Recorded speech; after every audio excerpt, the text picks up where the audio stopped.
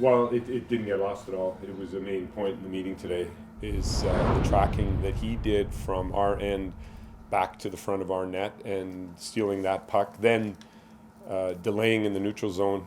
So they got baited into making a line change and then turning it up ice really quickly on that opportunity. So it was just, it definitely didn't get lost, because pretty well everything that's happening here on the positive offensively, 5-on-5 or 3-on-3 or 4-on-4, is coming out of excellent defensive work and decisions that the guys are making. You know, that gets lost in the general analysis of a game. What happens, the tracking, the way the D are gapping up, and all of that is causing the opposition stress in that we're attacking them when they're quite weak, and that's what happened there. That's an example. I said Beispiel just about because I've been speaking German outside.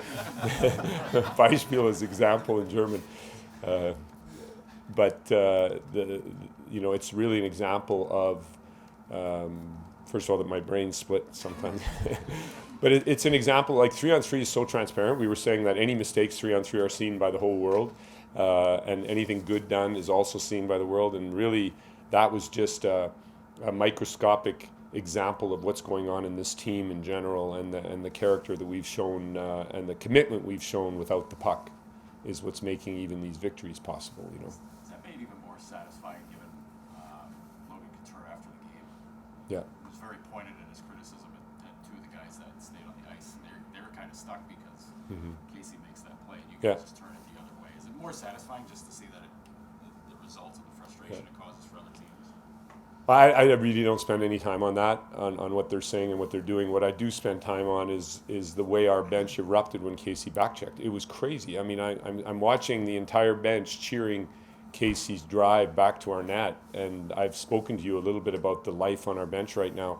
And when you hear the players talk and use the word tracking in front of you in a 3-on-3 overtime situation, and everybody was so excited, and then it turns into the goal. It was it's that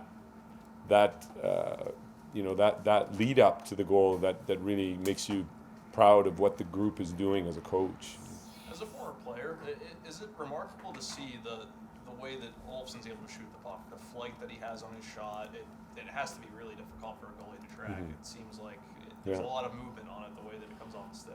Yeah, no, I mean he's got a high-end shot, and everybody respects that, and the guys he's playing with understand that, and the opposition's getting ready for it here and there, but you can't cover it all the time, and we're very pleased to have that weapon in our artillery. How much does that open up other options on the power play? Because now teams are they've pre-scouted. It seems like they're shading his side of the ice, and it's opened up more options, whether it's Jack on the other side or Rass or two guys down low.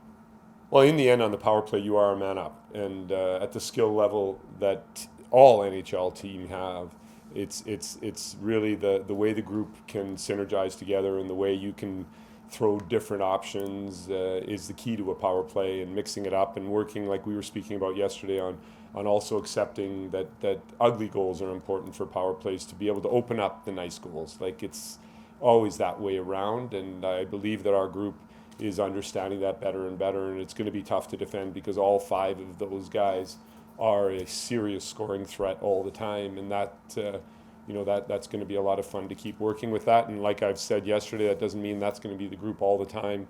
We've got 2 groups that we believe in, and we'll just keep doing what we feel is best for the team. In the first period, your offense came from a lot of pressure. You guys produced a lot of turnovers. San Jose turned the puck over a lot. Is that a byproduct of the pressure that you talk about, or the support with the pressure that comes from that you speak about? So it's both of those. It's the initial player always looking and working for that gap pressure at the puck, but then without any support behind him and a disconnect to the rest of the group, you won't end up with possession. The possession always comes out of the second and third layers of support. So first of all, the initial support is something we will continue to do all the time, every game, no matter the score. And it's the willingness of everybody else. Again, I speak about those areas of no statistics that we have so many of in hockey. There's no analytics that'll ever be able to summarize some of the work that's being done right now. And it's the guys buying into all those non-statistical efforts that make the difference in a hockey game often. And right now we're bringing that, and we just cannot let go of that.